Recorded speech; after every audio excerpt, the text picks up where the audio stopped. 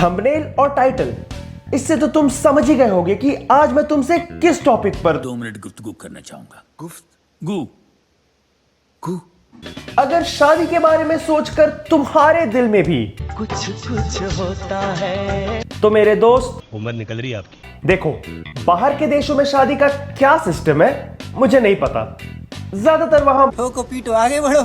पर इंडिया में शादी का मतलब बॉर्नवीटा पीना नहीं होता है। शादी एक बहुत बड़ी जिम्मेदारी होती है। इसलिए यहाँ शादियां मेनली दो तरह की होती है। पहली, जात पात मानते नहीं और दहेज हम लेंगे नहीं। और दूसरा, तो 25 सगाई से पहले, 25 शादी से पहले। किधर से ला के देगा बाबा? अब तुम्हारे हाथ पीले करने की उम्र आ गई है और घर वाले इस जद्दोजहद में घुस जाते हैं। चलो, लव मैरिजेस में तुम एक दूसरे को जानते हो, बट आजकल के मैक्सिमम अरेंज मैरिजेस में एक दूसरे को जाने में कितना टाइम हुआ है? सबसे पहले एक पंडित आएगा, जो पंडित कम शादियों के दलाल हैं आप। वो आधार कार्ड की तरह सब गुणों की वेरिफिकेशन करने के बाद ही परमिशन देगा कि लड़की को बुलाओ, लड़का लड़की को देखेगा, अगर दोनों एक दूसरे को पसंद आए तो टपाटप टपाटप टपाटप। उसके बाद लड़के का बाप लड़की वालों से एक ही मैंडेटरी सवाल पूछता है, पैसा लाए? ये क्या बैग भर के लाया हूं। प्लानिंग और प्रोडक्ट की कंप्लीशन हो चुकी है और अब आ जाते हैं मार्केटिंग पे। मेरा मतलब है शादी के कार्ड्स बांटने पे।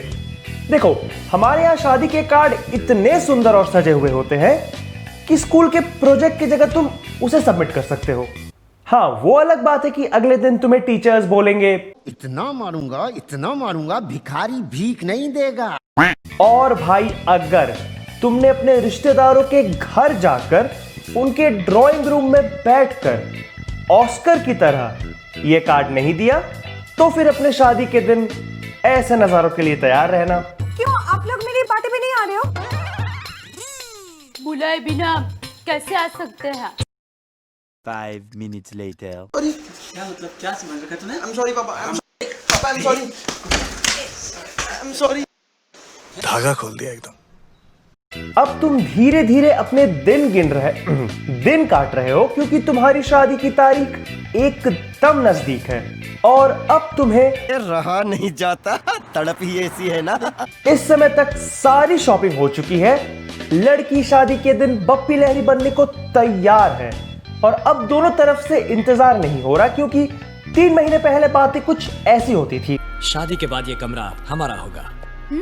और अब ऐसी हैं। मुझे भी तुम्हें कुछ दिखाना है, देना है गिफ्ट।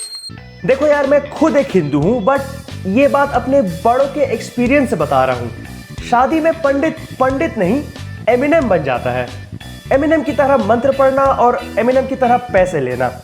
चलो, पैसों का तो ठीक है, लड़की वालों के पास भगवान का दिया हुआ सब कुछ है, दौलत है, शोहरत है, पर वो भूखे प्यासे दूल्हे को अपने सामने मंत्र पढ़ता हुआ पंडित में कोई और ही दिखता है। अब शादी हो चुकी है, सुहागरात शुरू होने वाली है और चाचा, ये सवेरे सवेरे क्या मेरे को यही देखने का है क्या? इसलिए समय में पीछे आकर शादी के पार्टी के बारे में बात करते हैं।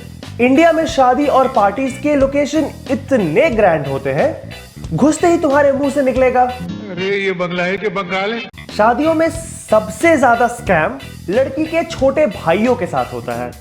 वो बेचारे ये सोच के खुश होते हैं कि शादी में आराम से रहने का, ठंडा पानी पीने का, टीवी देखने का, मौज करने का, बस। बट असल में इनके ये हाल होते हैं। तो यही है वो तो नए नमूने जो काम के लिए आए हैं।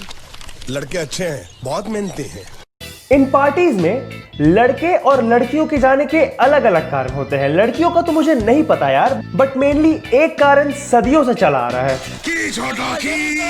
और हम लोग यानी कि मेल, मैन, आदमी, हरामी, कमीना के पार्टी में जाने के 2 कारण होते हैं।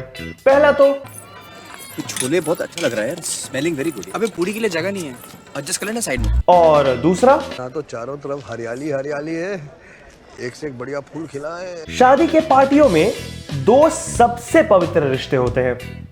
पहला दूल्हा और दुल्हन, और दूसरा तुम्हारा और कैमरामैन का। तुम जिस भी कोने में खाना खाओगे कैमरामैन उस कोने में कैमरा लेके आएगा और जितना भी चाहोगे ये बोलने का, अच्छा मेरा पीछे पीछे नहीं आने का। वो तुम्हारे खाने के साथ एमएमएस जरूर बनाएगा। क्या पता फूड पॉर्न यहीं से ओरिजिनेट हुआ हो। मेरे को कैसे मालूम? मेरे को सब मालूम है। फाइनली अब पार्टी खत्म हो गई है।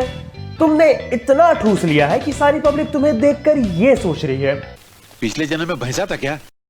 और स्टार्टर और कॉम्प्लीमेंट्री में तुमने सीक्रेट रेसिपी वाली गोलगप्पे भी टेस्ट कर लिए। अब बारी है मेरे हिसाब से शादी के सबसे मजेदार पार्ट, विदाई की।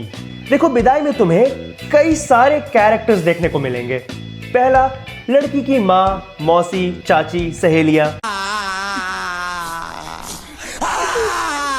लड़की की बड़ी बहन जिसकी खुद शादी नहीं हो रही है, अपने आप ही जान छूटी, जान निकल जाएगी मेरी। लड़की के पिताश्री, मैं तो ऐसे ही बोल रहा था, लड़की को तो जाना ही पड़ता है। और क्या है, लड़की के बाप को लड़की की विदाई के समय ऐसा झूठ रोना पड़ता है। ये तो चालू प्रैक्टिस है। जा बेटी। लड़के का भाई, और अगर कहीं से एक्स आ जाता है तो वो स्पीकर पे ये गाना तो जरूर बजाएगा।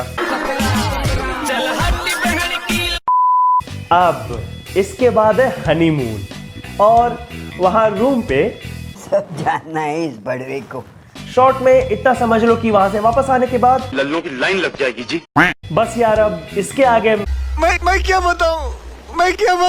अगर तुम्हें पसंद आया तो यार लाइक और शेयर जरूर करना, वरना मेरे ऐसे हाल हो जाएंगे।